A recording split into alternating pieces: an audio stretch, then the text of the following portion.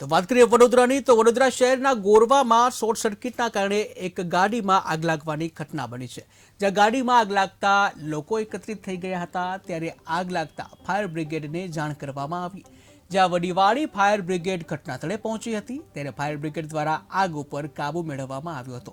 જોકે સદનસીબે આગની ઘટનામાં કોઈ જાનહાનિ નહીં। અમને કંટ્રોલ થ્રુ ગાડીમાં આગ લાગી છે એવો કોલ મળ્યો હતો દશા માતાના મંદિર પાસે।